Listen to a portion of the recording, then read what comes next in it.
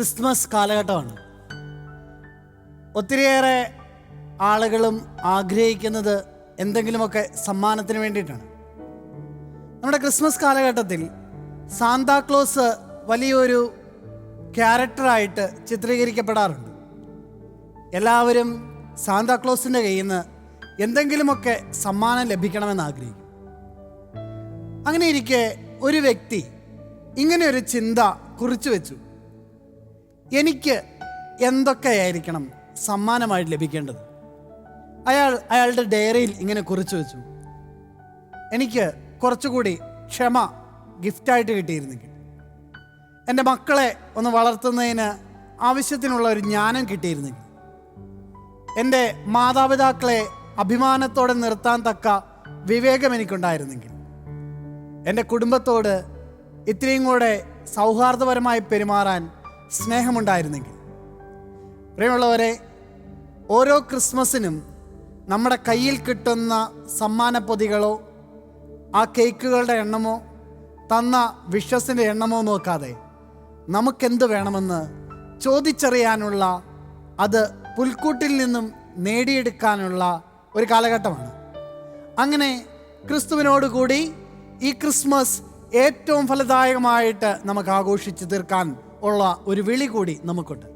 അപ്രകാരം ഇന്ന് നമ്മൾ ആടിപ്പാടി ആ പുൽക്കൂട്ടിൽ നിന്നും നമുക്കെന്തൊക്കെ വേണമെന്ന് ചിന്തിച്ച് കടന്നു വരാനുള്ള നിമിഷങ്ങളാണ്.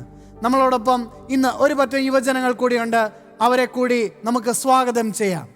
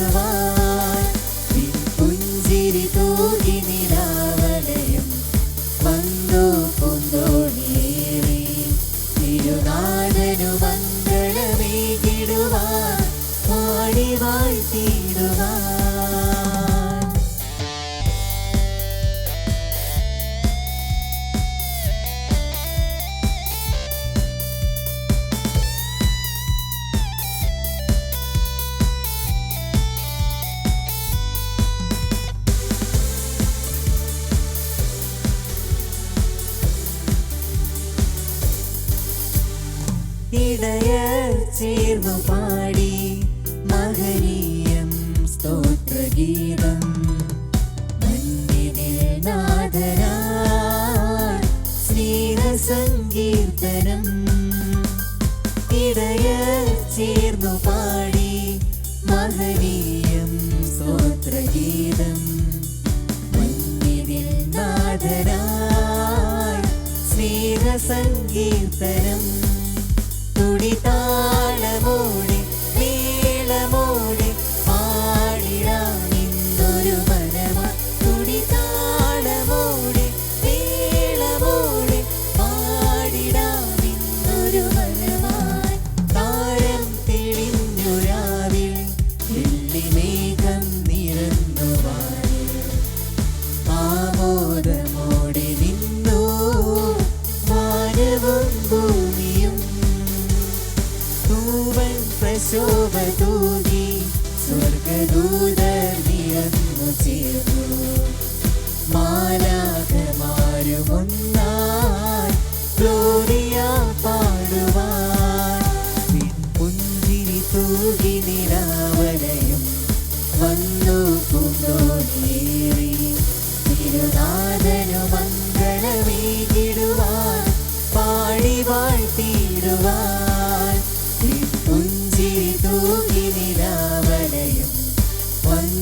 പൂത്തോടിയേറി തിരുനാഥനു മംഗളമേകിടുവാൻ പാടി വാഴ്ത്തിയിടുവാൻ. താരം തെളിഞ്ഞു രാവിൽ വെള്ളിമേഘം നിരന്നു വാനിൽ ആമോദമോടെ നിന്നു വാനവും ഭൂമിയും.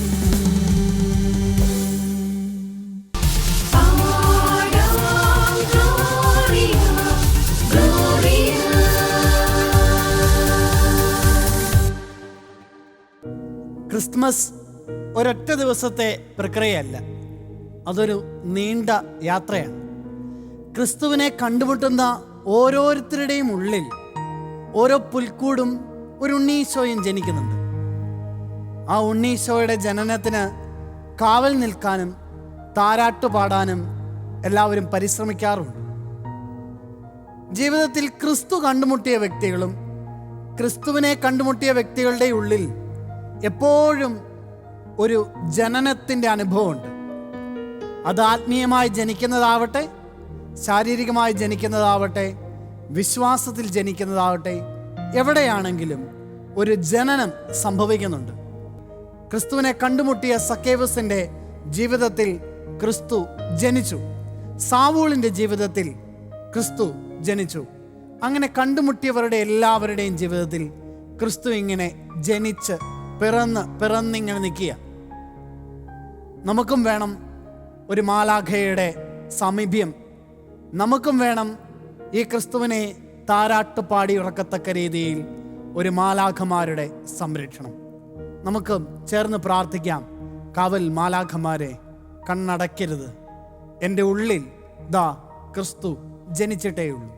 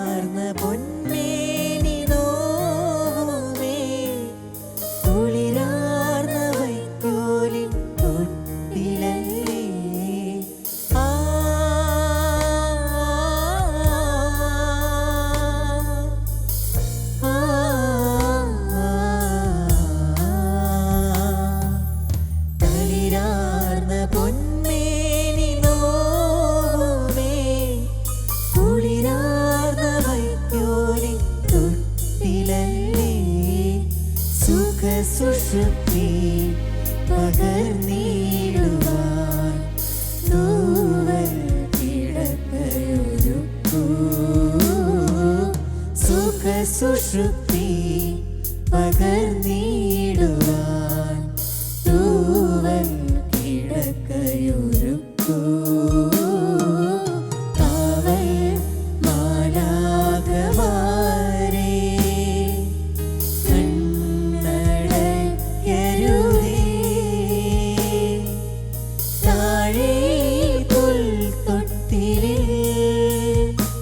രാജരാജൻ മയങ്ങുന്നു,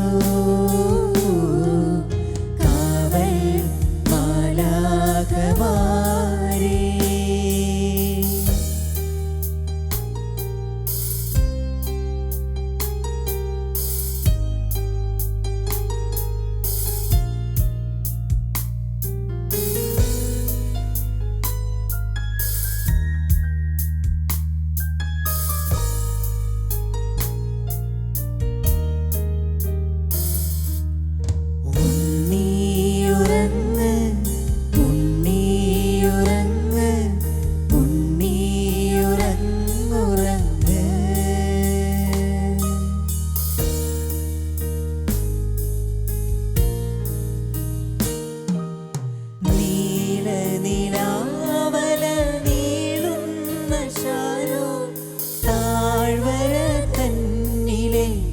നീർപ്പൂവേ ആ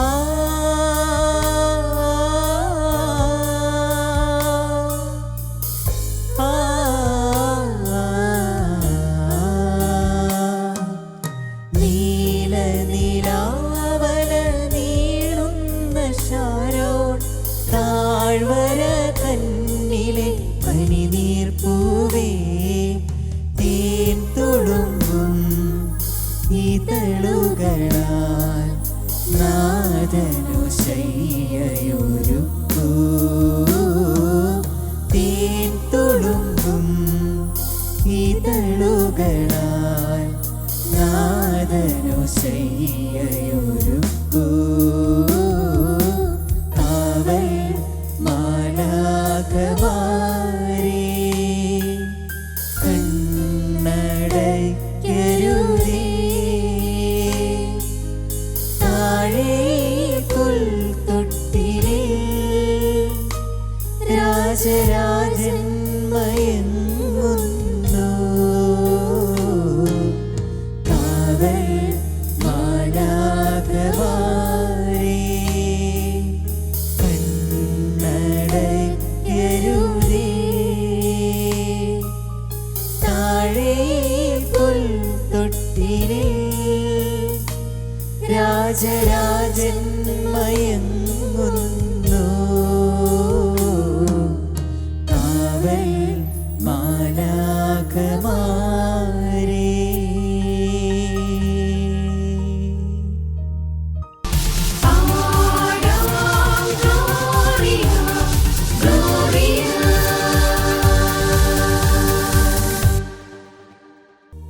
ക്രിസ്ത്യൻസ് ആർ ഈസ്റ്റർ പീപ്പിൾ എന്നാണ് പറയുന്നത്. എന്ന് പറഞ്ഞാൽ ഉയർത്തെഴുന്നേൽപ്പിൻ്റെ സന്തോഷത്തിൻ്റെ ആളുകൾ.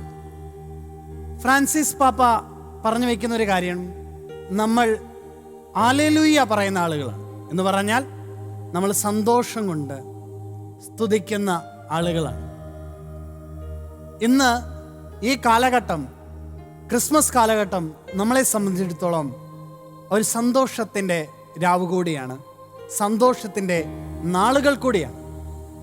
നമ്മൾ പ്രാർത്ഥിക്കുന്നുണ്ട്, കരങ്ങൾ കോർക്കുന്നുണ്ട്, ഒപ്പം നമ്മൾ സന്തോഷത്തോടുകൂടി പാടി സ്തുതിക്കാൻ കൂടി വിളിക്കപ്പെട്ടവരാണ്. നമുക്കും ഉണ്ണീശോയോടൊപ്പം ഒന്ന് ആടിത്തിമിർക്കാം. കാരണം നമ്മളും സന്തോഷത്തിൻ്റെ മക്കളാണ്. ഇന്ന് നമുക്ക് വേണ്ടി ഒരു രക്ഷകൻ പിറന്നിട്ടുണ്ട്.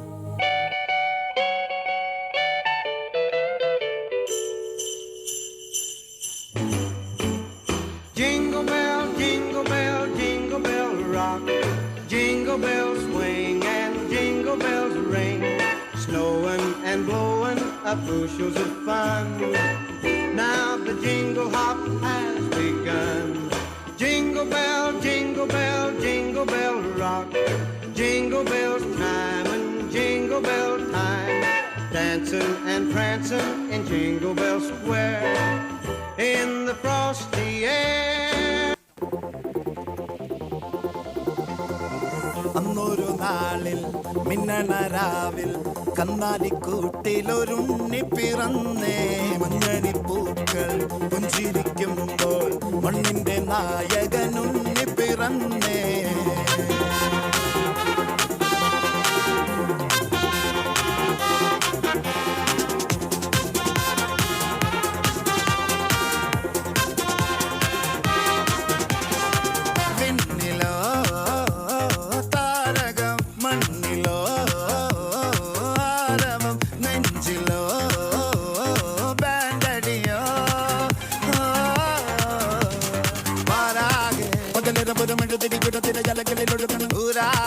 പല വഴികളിൽ ഇടവകകളിൽ ഒരു ചിരിയത് പടരണം ഉള്ളാകെ പുതുക്കണ പതിലൊളിച്ച് തരണ ചെറുപടയുടെ പരവിതരവാനേ നേരാനേ പട്ടെ പമ്പന്തങ്കി താട്ടെ ഇല്ലെങ്കിൽ ഞങ്ങള് പോട്ടെ പട്ടെ പമ്പന്തങ്കി താട്ടെ ഇല്ലെങ്കിൽ ഞങ്ങള്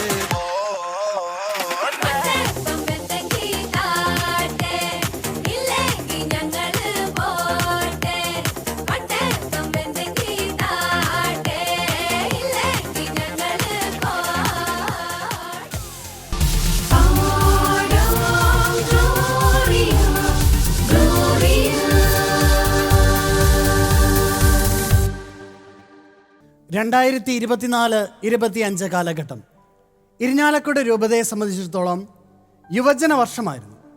ആ കാലയളവിൽ സ്പെരാൻസ എന്ന പേരിൽ ഒരു യൂത്ത് ധ്യാനം തന്നെ നടത്തപ്പെട്ടു. അങ്ങനെ ആ ഒരു വർഷത്തിലൂടെ യുവജനത്തെ മുഴുവൻ തന്നിലേക്ക് ഒത്തിരി അടുപ്പിച്ച് ക്രിസ്തുവിലേക്ക് നയിച്ചുകൊണ്ടിരിക്കുന്ന അഭിവന്യ പോളി കണ്ണൂക്കാടൻ പിതാവാണ് ഇന്ന് നമ്മോടൊപ്പം ഉള്ളത്. ലെറ്റ്സ് വെൽക്കം അഭിവന്യ പോളി കണ്ണൂക്കാടൻ പിതാവിനെ.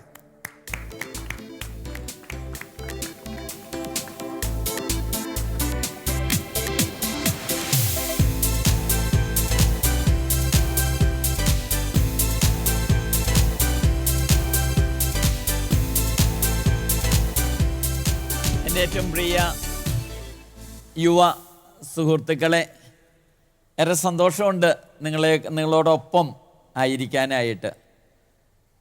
കാരണം യുവാക്കളോടുകൂടി ആയിരിക്കുമ്പോൾ സഭ കുറേയും കൂടെ യുവത്വത്തിലേക്ക് കടന്നു വരികയാണ്. അങ്ങനെ യുവാക്കളാണ് നാളത്തെ തലമുറയുടെ ഏറ്റവും പ്രധാനപ്പെട്ട വ്യക്തികൾ. ഇന്ന് നിങ്ങൾ എങ്ങനെയായിരിക്കുന്നു അങ്ങനെയായിരിക്കും നാളത്തെ തലമുറ.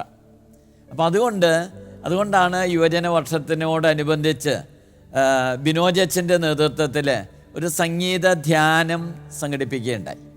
ഒരു ബാച്ച് സംഘടിപ്പിച്ചു, ധാരാളം പേര് നല്ല സന്തോഷത്തിൽ.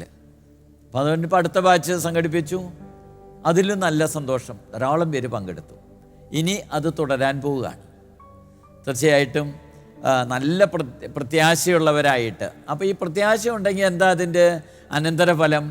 തീർച്ചയായിട്ടും സമൂഹത്തിന് ഇന്നൊവേറ്റീവായിട്ടുള്ള നന്മ നിറഞ്ഞ പ്രവൃത്തികൾ ചെയ്യാൻ നിങ്ങൾക്ക് സാധിക്കും.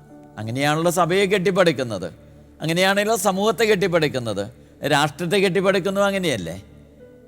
ഓക്കെ, അപ്പോൾ നിങ്ങളൊന്നിരുന്നേ. നിങ്ങൾക്കൊക്കെ സുഖമല്ലേ? സന്തോഷമല്ലേ? ഈ ക്രിസ്മസിൻ്റെ സന്തോഷം നിങ്ങളുടെ മുഖത്തൊക്കെ ഉണ്ട് അല്ലേ? അപ്പോൾ ആ സന്തോഷം കൂടുതൽ ഇരട്ടിയാവണം. അതിന് ഞാനൊരു കാര്യം നിങ്ങളോട് പങ്കുവയ്ക്കാൻ ആഗ്രഹിക്കുന്നത്. ലൂക്കായുടെ സുവിശേഷത്തിലെ 2-ാം അധ്യായത്തിലെ 10-ാം വാക്യത്തിൽ മാലാഖമാർ ആട്ടിടയർക്ക് നൽകുന്നൊരു സന്ദേശമുണ്ട്. സകല ജനത്തിനും വേണ്ടിയുള്ള സന്തോഷത്തിൻ്റെ സദ്വാർത്ത ഞാൻ നിങ്ങളെ അറിയിക്കുന്നു. നിങ്ങൾക്കായ ഒരു രക്ഷകൻ ക്രിസ്തു ജനിച്ചിരിക്കുന്നു. അപ്പം ഞാനതിൻ്റെ ഒരു വശത്തെക്കുറിച്ച്, അതായത് ക്രിസ്തു ജനിച്ചിരിക്കുന്നു എന്നുള്ള ആ വാർത്തയേക്കാളുപരി സകല ജനതയ്ക്കുമായുള്ള സന്തോഷത്തിൻ്റെ സദ്വാർത്ത. ഈ ആട്ടിടയർക്ക് നൽകിയ സന്തോഷത്തിൻ്റെ സദ്വാർത്ത എന്ന് പറയുന്നത് അവർക്ക് വേണ്ടിയിട്ട് മാത്രമല്ല. എന്താ മാലാഖമാർ പറഞ്ഞ്? സകല ജനതയ്ക്കുമായിട്ടുള്ള സന്തോഷത്തിൻ്റെ സദ്വാർത്ത. അപ്പം ഞാനൊന്ന് നിങ്ങളോട് ചോദിച്ചോട്ടെ, നിങ്ങളിൽ കുറച്ച് പേർക്ക് നല്ല ബുദ്ധിശക്തിയുണ്ട്, വേറെ കുറച്ച് പേർക്ക് നല്ല നേതൃത്വ ഗുണമുണ്ട്, വേറെ ചിലർക്ക് നല്ല കായിക ഗുണങ്ങളുണ്ട്, കലാപരമായിട്ടുള്ള ഗുണങ്ങളുണ്ട്, വേറെ ചിലർക്ക് നല്ല ടെക്നോളജിക്കലായിട്ടുള്ള സാങ്കേതിക വിദ്യയിൽ നല്ല മിടുക്കുണ്ട്. ഇങ്ങനെ ഓരോരുത്തർക്കും ഒരാൾ മറ്റൊരാളിൽ നിന്ന് വ്യത്യസ്തമാണ്. ഞാനിവിടെ നോക്കുമ്പോൾ, നിങ്ങളുടെ ഫേസൊക്കെ നോക്കുമ്പോൾ ഒരാളും മറ്റൊരാളുടെ സാമ്യമില്ല. കോടാനുകോടി ജനങ്ങൾ ഈ ലോകത്തിലുണ്ട്. അവരങ്ങോട്ടും ഇങ്ങോട്ടും പരസ്പരം സാമ്യമുണ്ടോ? ഒരാൾ മറ്റൊരാളിൽ നിന്ന് വ്യത്യസ്തരാണ്. അതിൻ്റെ അർത്ഥം ഓരോരുത്തർക്കും ദൈവം നൽകിയ കഴിവുകൾ വ്യത്യസ്തമാണ്.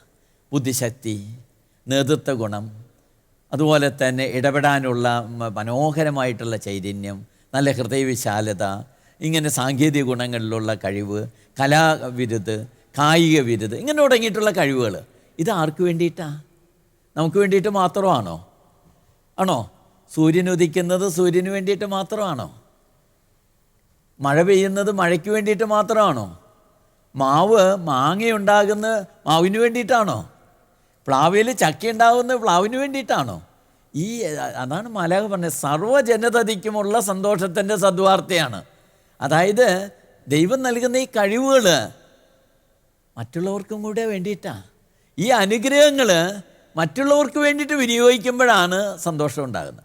അപ്പം ഞാനിവിടെ നിങ്ങളോട് ലിയോ മാർപ്പാപ്പ ഇറക്കിയ ഈ റീസെൻ്റായിട്ട് ഇറക്കിയ ഒരു പ്രമാണരേഖയുണ്ട്. എൻ്റെ പേര് ഡിലെക്സി തെ, ഞാൻ നിന്നെ സ്നേഹിക്കുന്നു. മനോഹരമായിട്ടുള്ള ഒരു പ്രമാണരേഖയാണ്. അത് ഇതിനു മുമ്പ് ഫ്രാൻസിസ് മാർപ്പാപ്പ തയ്യാറാക്കി തുടങ്ങിയതാണ്. അപ്പോൾ അതുകൊണ്ട് ഫ്രാൻസിസ് മാർപ്പാപ്പയുടെ ആ ചൈതന്യം തന്നെയാണ് ഈ പ്രമാണരേഖയിലും അതിൻ്റെ തുടർച്ചയാണ്. ഫ്രാൻസിസ് മാർപ്പാപ്പ ഡിലെക്സി നോസ്, അവൻ നിന്നെ സ്നേഹിച്ചു. ദൈവത്തിൻ്റെ സ്നേഹത്തെക്കുറിച്ച് മനോഹരമായിട്ട് അത് വിവരിക്കുകയാണ്.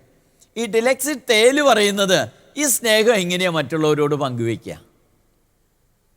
അതിനെക്കുറിച്ചാണ് വിവരിക്കുന്നത്.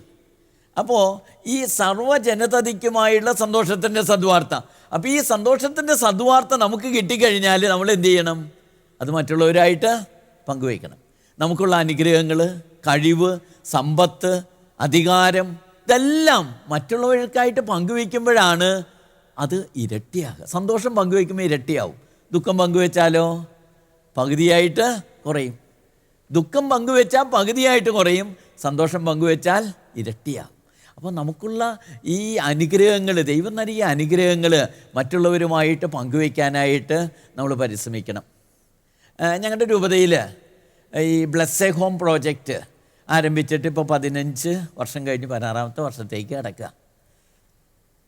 ഇപ്പോൾ 507 പേർക്ക്, കുടുംബങ്ങൾക്ക്, പാവപ്പെട്ട കുടുംബങ്ങൾക്ക് എല്ലാ മാസവും 1000 രൂപ വെച്ച് കൊടുക്കുക. ഇപ്പോൾ ഒരു 2030ഓളം കുടുംബങ്ങൾക്ക് ഓൾറെഡി കൊടുത്തു കഴിഞ്ഞു. എല്ലാ മാസവും 5 വർഷത്തേക്ക് എല്ലാ മാസവും 1000 രൂപ വെച്ച്. ഇതെങ്ങനെയാണെന്നോ കൊടുക്കുന്നത്? രൂപതയ്ക്ക് അങ്ങനെ വലിയ മൂലധനമൊന്നുമില്ല. പക്ഷേ ഔദാര്യമതികളായിട്ടുള്ള വ്യക്തികൾ തങ്ങളുടേതായിട്ടുള്ള മിച്ചം വയ്ക്കാവുന്ന സംഖ്യ അത് തരും. അതെടുത്തിട്ട് മറ്റുള്ളവർക്ക് കൊടുക്കും. അപ്പോൾ ആ കുടുംബത്തിനൊരാശ്വാസമായില്ലേ?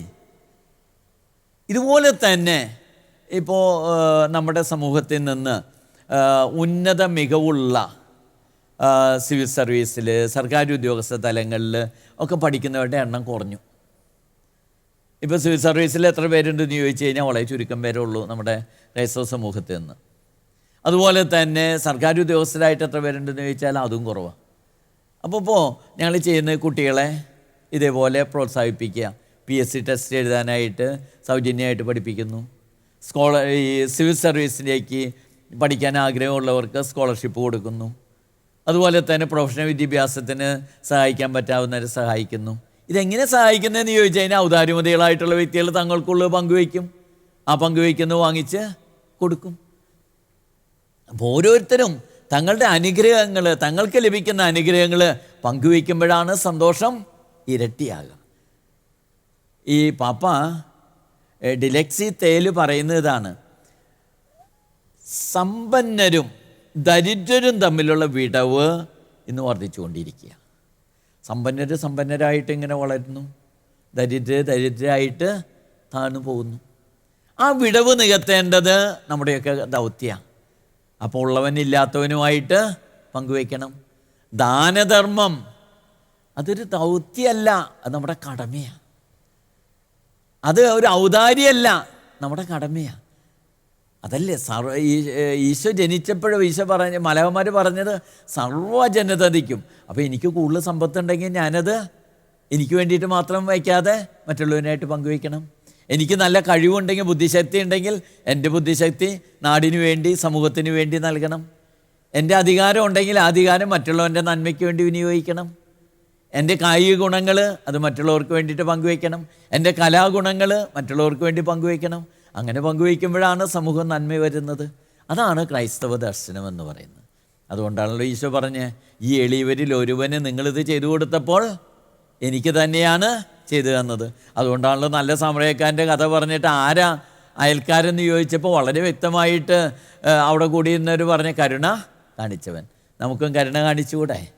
ഈ ക്രിസ്മസ് വേളയിൽ നമ്മൾ സന്തോഷത്തിൻ്റെ ഈ അവസരത്തിൽ സർവ്വജനതയ്ക്കുമായുള്ള സന്തോഷത്തിൻ്റെ സദ്വാർത്ത സ്വീകരിച്ചവർ ആ സദ്വാർത്ത കാരുണ്യ പ്രവർത്തനങ്ങളിലൂടെ മറ്റുള്ളവരോട് നമുക്ക് പങ്കുവയ്ക്കാം. അതിന് ദൈവം നിങ്ങളെ അനുഗ്രഹിക്കട്ടെ. എല്ലാവർക്കും കാരുണ്യത്തിൻ്റെ ചൈതന്യം കൂടുതൽ പ്രകാശിതമാകാൻ ഈ ക്രിസ്മസ് വേള സഹായിക്കട്ടെ എന്ന് പ്രാർത്ഥിക്കുന്നു. ദൈവം അനുഗ്രഹിക്കട്ടെ. ഈശോ മിശിഹായ്ക്ക് സ്തുതിയായിരിക്കട്ടെ.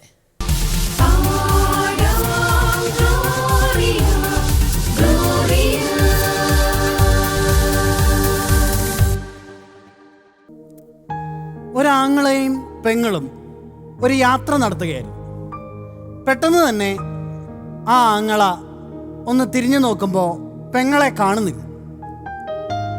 കാണുന്നത് ഇവള് ഒരു പാവയുടെ കടയിലേക്ക് നോക്കിയിരിക്കുക. ആ നോക്കി നിന്നവൾ അവളിങ്ങനെ അവളുടെ അടുത്തേക്ക് ഈ ആങ്ങളെ അടുത്തെത്തുമ്പോൾ ഇവൾ കാണുന്നത് ഒരു വളരെ എക്സ്പെൻസീവ് ആയിട്ടുള്ള ഒരു പാവയാണ്. ഉടനെ തന്നെ ആങ്ങള ഈ കടയിലേക്ക് കയറി കടക്കാരനോട് ചോദിച്ചു, ആ പാവയ്ക്ക് എത്രയാണ്? കടക്കാരൻ വളരെ സൗമ്യതയോടുകൂടി ഈ ചെറുക്കനെ നോക്കിയിട്ട് പറഞ്ഞു, നിന്റെ കയ്യിൽ എത്ര രൂപയുണ്ട്?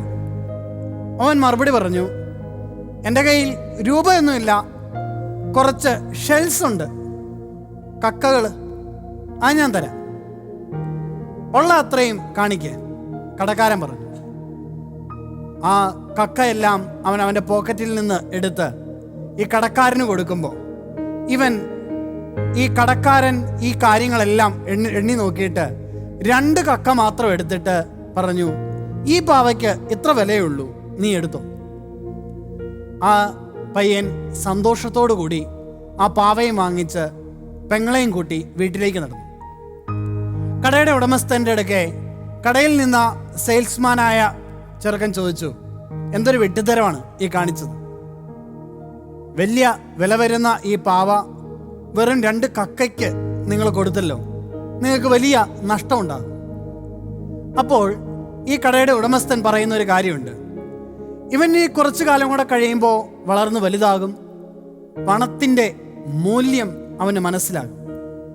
അപ്പോഴും ഇവൻ്റെ മനസ്സിൽ ഈ ഒരു കാര്യം കിടക്കും. കാരണം വലിയ വില വരുന്ന ഈ പാവ ഒരു വിലയുമില്ലാത്ത കക്ക കൊടുത്തു കഴിഞ്ഞപ്പോൾ അയാൾ കാരുണ്യം കൊണ്ട്, കൈൻഡ്നെസ് കൊണ്ട് തിരിച്ചു തന്നല്ലോ. ക്രിസ്മസ് ഒരു കരുണയുടെ ആഘോഷം കൂടിയാണ്. നമ്മളിലേക്ക് ക്രിസ്തു, ദൈവം കാണിക്കുന്ന കരുണയുടെ ഒരാഘോഷം. ക്രിസ്മസ് ആഘോഷിക്കുന്ന നമുക്കും ഒരു ഉത്തരവാദിത്വമുണ്ട്. അത് കരുണയുടെ മുഖങ്ങളായി തീരാനുള്ള ഉത്തരവാദിത്വമാണ്. കാരണം മറ്റൊന്നും പിടിച്ചു വയ്ക്കാനില്ലാതെ തന്നെ ദൈവം നൽകിയതിൻ്റെ ആദ്യ സ്റ്റെപ്പ് കൂടിയാണ് ക്രിസ്മസ്. ഇന്ന് ഈ ക്രിസ്മസ് ഒക്കെ നാം ആഘോഷിക്കുമ്പോൾ നമുക്ക് സാധിക്കണം നല്ലതുപോലെ കരുണയോടുകൂടെ കൈയഴിഞ്ഞ് സഹായിക്കുന്ന, ക്രിസ്തുവിനെ ഹൃദയത്തിൽ പേറുന്ന, ക്രിസ്തുവിനെ വീണ്ടും അനേകരിൽ ജനിപ്പിക്കുന്ന നല്ല ഇടങ്ങളായി നാം ഓരോരുത്തരും, പ്രത്യേകിച്ച് യുവജനങ്ങൾ, ഇന്നിൻ്റെ സഭയ്ക്ക്, നാളെയുടെ സഭയ്ക്ക് സാധിക്കണം. അതിന് കേൾക്കുന്ന നിങ്ങൾക്കും ഇവിടെ ആയിരിക്കുന്ന യുവജനങ്ങൾക്കും സാധിക്കട്ടെ എന്ന് പ്രാർത്ഥിക്കുന്നു. Till then, signing off.